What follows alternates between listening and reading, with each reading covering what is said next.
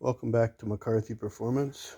Today I'll be taking some dowel pins out of a Subaru deck, and I'll be using my one of my old dampener installation tools to do it.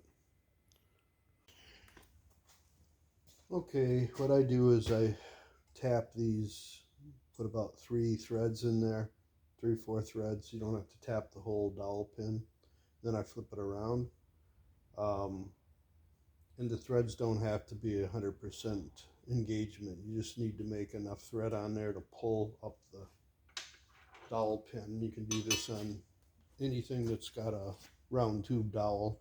Then I flip them the other way and then tap them in.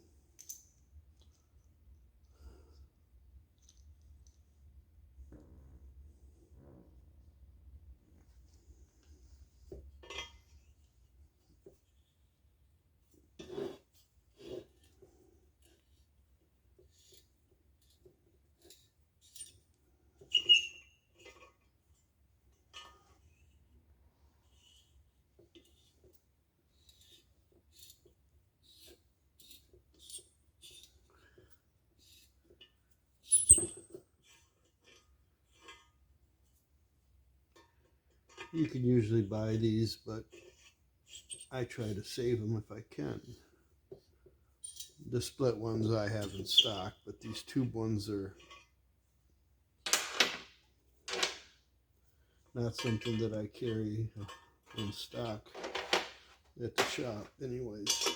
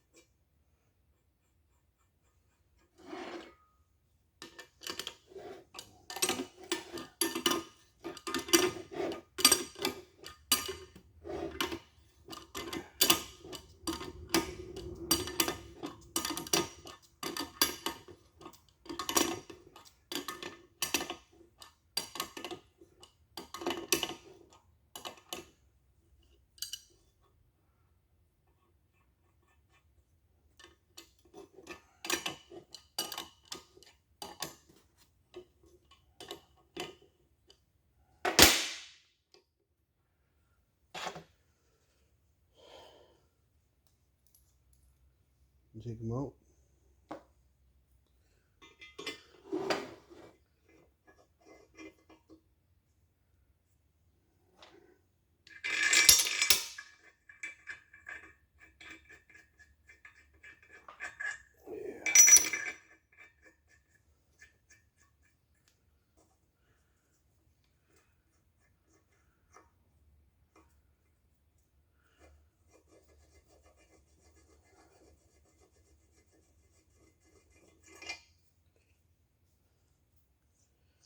A little burr on it.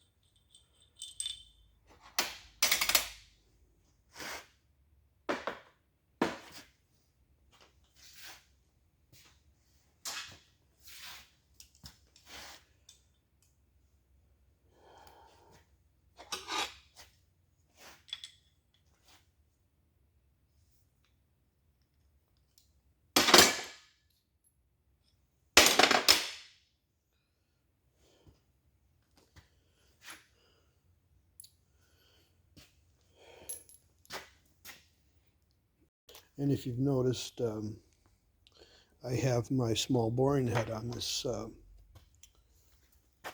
this because my production head will be below this and I'll hit the webs in the block. So I've got the production head on. I've got the production head taken off of that, I should say.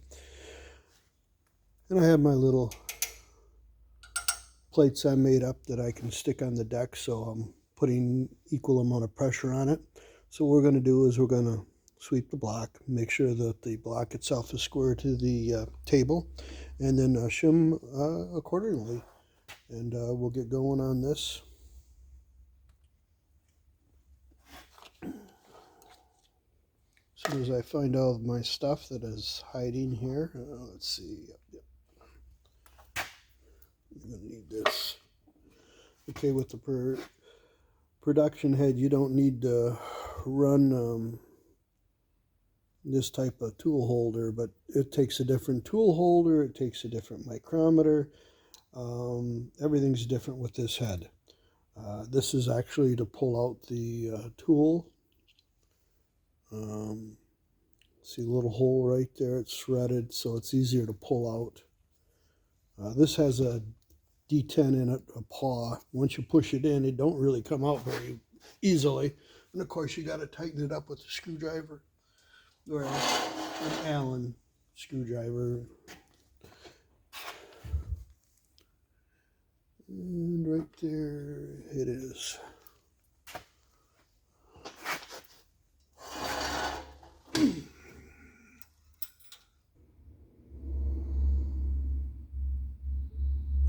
To run the gauge the opposite way because I can't spin it all the way around because it's gonna, my gauge and everything will hit this. But all I'm interested in is basically my 12 and my 6 position.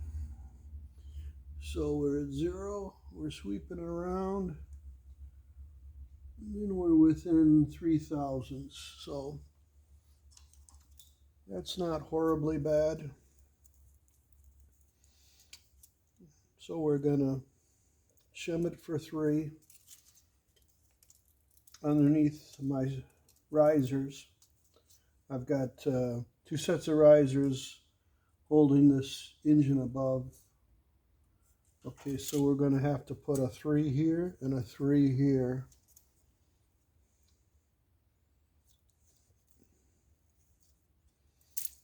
Use a 2.5, 3. Okay, here we go. You know, I don't know how Subaru does these, if they bore them and then they deck them, and you know, I don't know which comes first, but we're going to shim it off the crankcase half, so it reads 0 here.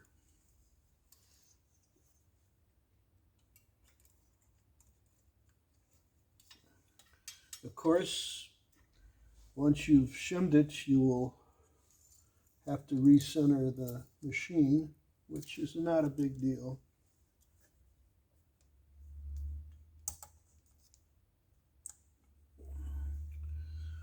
I don't like that.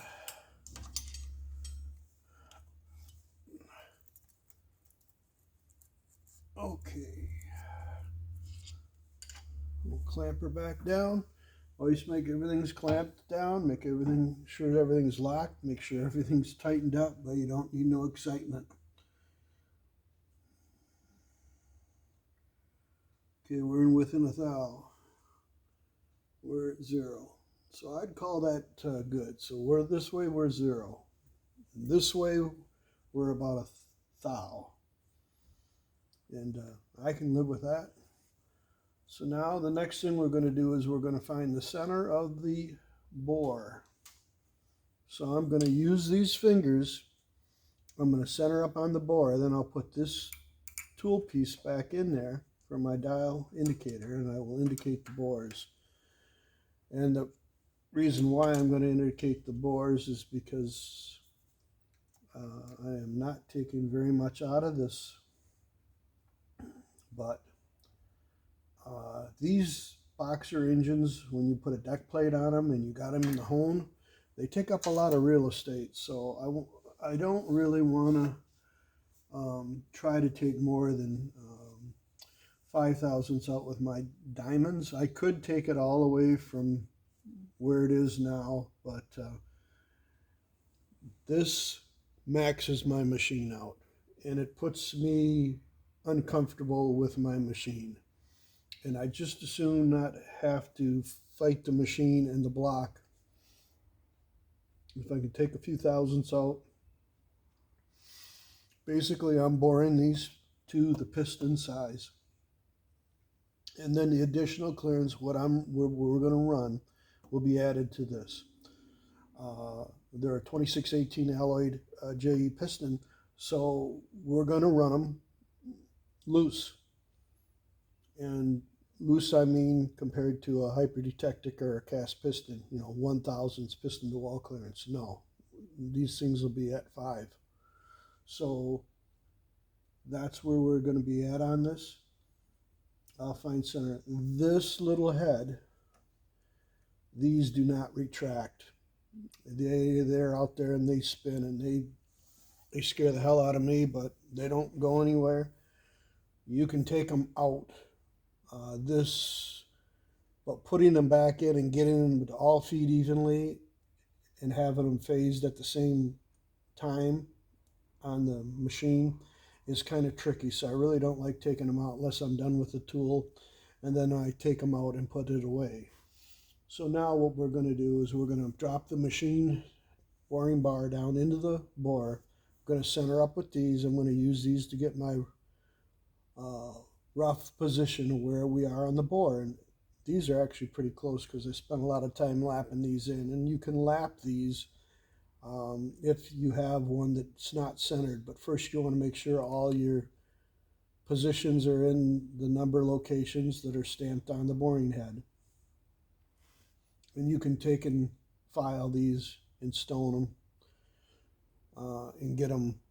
You can get them really close. These I think are under 2/1000ths. So we'll fire her up.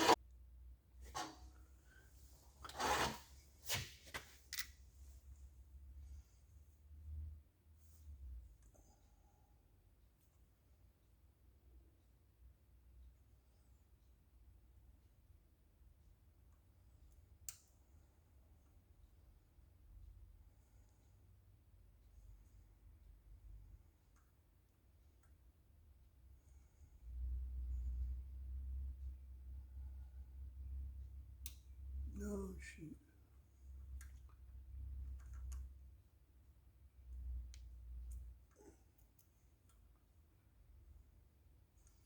So because we're taking so little bit out of the bores, we really need to be centered up on everything.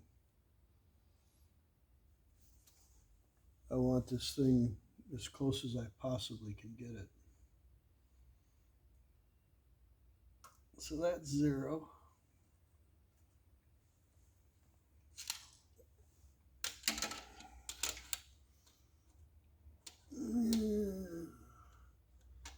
That says 5.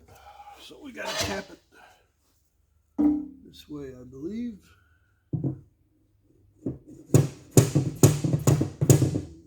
It's half. That's about 2.5. Okay, we're going to tap it. We're 2/1000ths. So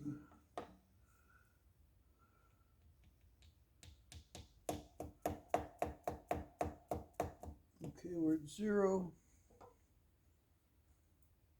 And we're within half a thou.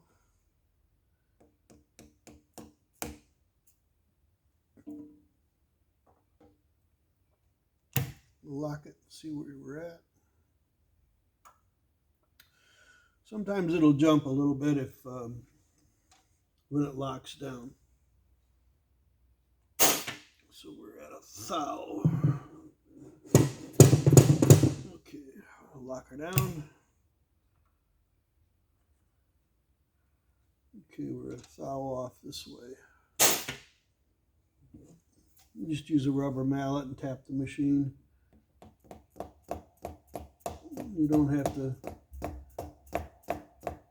beat it to death. It moves fairly easily most of the time.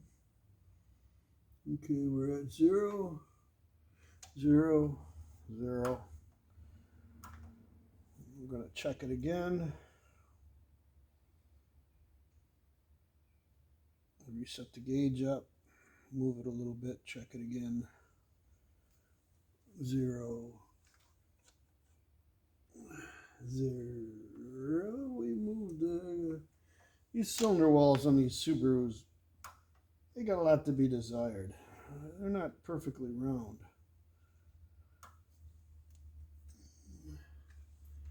Don't send me no hate mail. I don't need it, and I've worked on enough of these Subarus to know that they move around a bunch. We're going to call that good. So, I got my cutter all set up. I'll put it in and start boring. Now, I bought my machine used, and somebody went in here and modified this apparently for a job that they were doing at one time or another. What you really got to be careful with is you see the difference in from the cutter to the floor, and that's probably 3/8 of an inch. You got to make sure you got it there. I've got a little piece of cardboard, or actually it's a piece of wood. It's a little puck I got sitting down in here, so my machine will stop on the wood. I'm pretty careful about watching it. There's holes down here where the wrist pins go through to put the pistons on the engine, so you got to be really careful and make sure that you've got the whole length of the entire board done. They do offer different cutters, but we're going to use this cutter for this because I've already done the 1/2. This is the second half of it. So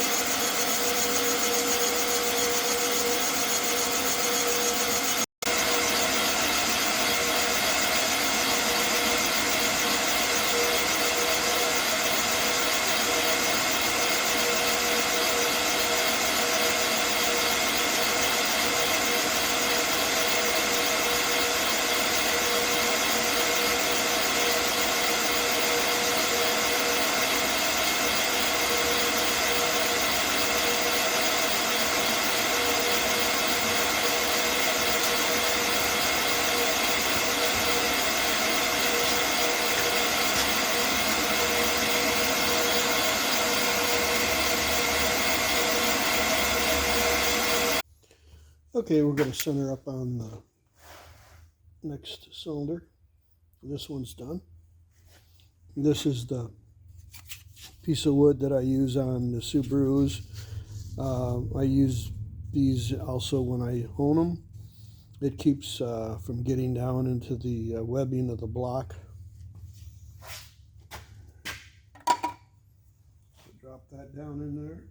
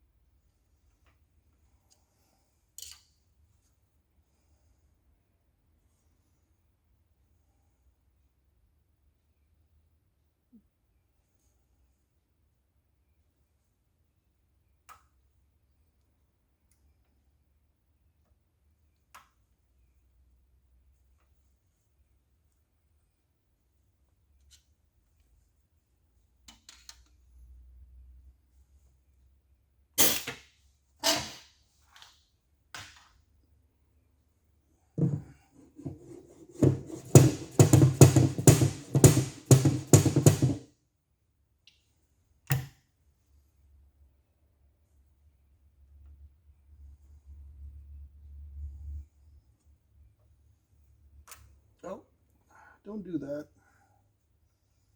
Reset everything now. There's a detent, and in the machine it stops that. So it takes a little more effort to sweep past this point on the gate, on the bar, because the bar's got a detent in it. So I try to turn it with the fingers for the boring bar setup. Well, let's see here. Okay, a little preload on it. Right there's that detent. You can hear it clicking. So sweep it. Okay, we're good front to back. We're off on the 3 and 9.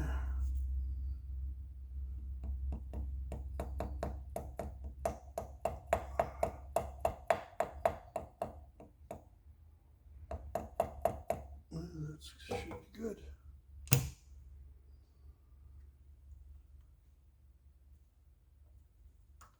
Yeah. Let's see if we can get her a little closer.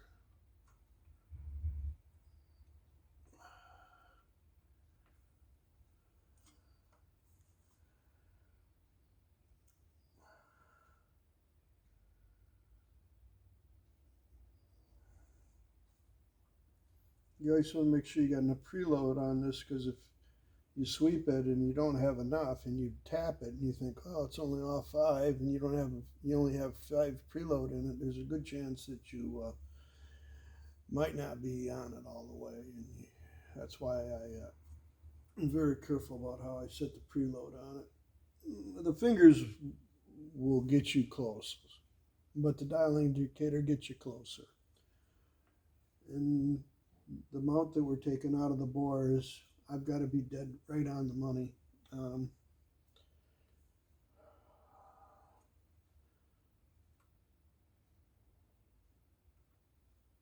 There's a high spot in the bore right there. Nothing I can do about that. So it sweeps good. We'll check it again just for the sake of checking it. It's so easy to check it 3-4 times than it is to screw up and bore it once and make a mistake. So we'll check it one more time, and then we'll put the cutter in there and let her rip.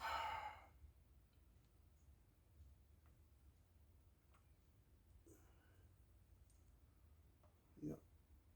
See if we can. Sometimes just releasing the air off the table will make the table move enough that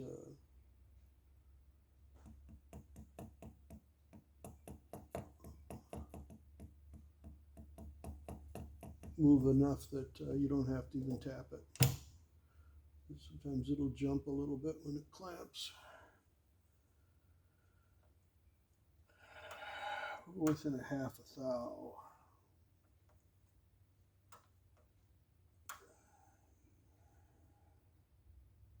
It moved a little bit. Yeah. Yeah.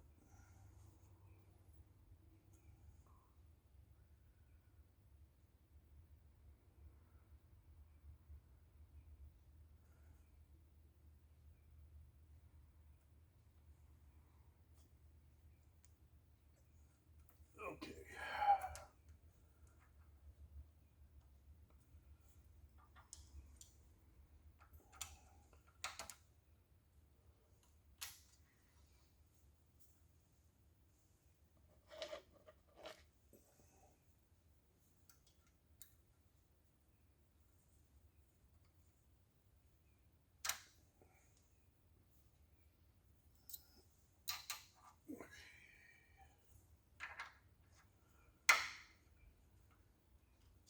Sure everything's good and tight, everything's locked down, everything's out of the way. Give her hell.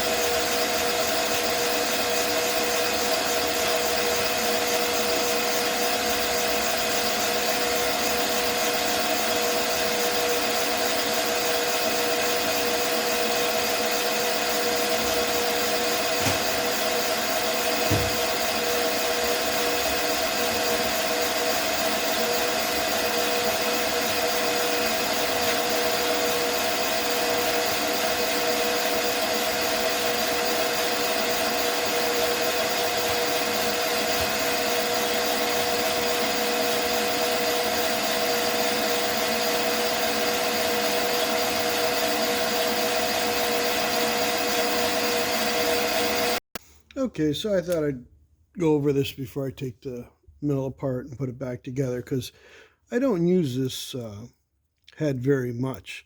Now, if you're doing outboards and two-cycle engines and that, this is handy.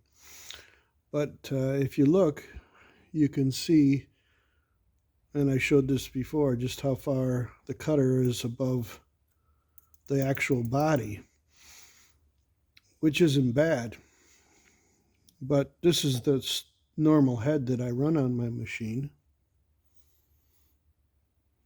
And you can see there's the cutter. This can get you in trouble. You know, you got to really watch it. You got to be mindful that whatever you're cutting, you know, you're going to have this much space. It's handy, and it's also a pain in the butt. Now, with this cutter, my big production cutter, it runs this mic. And I spent a lot of time getting this set up, and it's really close. So that mic is pretty much set up for that big production head. Now this head takes its own special mic. Takes one of these. And this is, I got this one set up, and when I got the machine, they weren't close. I spent a lot of time setting both mics up. So they're both really, really close. When you need to go down into like what they call a blind hole, and boy, they make me nervous. And the Subaru isn't quite blind, but it's close, because there's main webs down there. You just don't want to hit anything. You know, it'll ruin a good day. So they also make these offset cutters.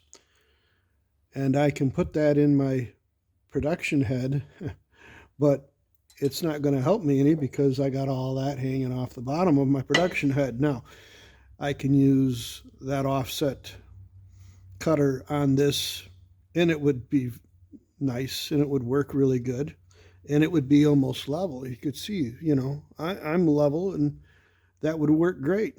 The only problem is that I'd have to reset up my old mic for the small head, because if you look, it doesn't have an offset on it, and the cutter head sits over here. If you look at my big one, my big mic for my big production head, it has that offset on there. So I have to make an offset for it and lap it and go around, screwing around and making everything fit to be able to take advantage of the offset cutter for this mic. I don't get into this many jobs where I have to do that. Eventually, when I'm bored one day, I'll probably make an offset for it, like that one, and readjust the little mic. So I was able to go down far enough to cut everything clean. So I wanted to point that out. If you heard me say production head and you wondered what the hell's a production head, well, that's what they call these, because you can put the cutter in it, you can go down and hit each hole, center it, and just keep on rolling. That saves time, but you know what? I'm not in that big of a hurry. So we're back on the 383. We're done with the Subaru. I'm going to be honing it, but both my hones are, one's got a 360 in it, and this one's got a 383 in it. And if you're watching this and you're thinking this is your 383, you're probably right. It probably is your 383. So we're going to start honing on it, and probably going to probably call this video it, and we'll have some more videos coming up, and thank you for watching.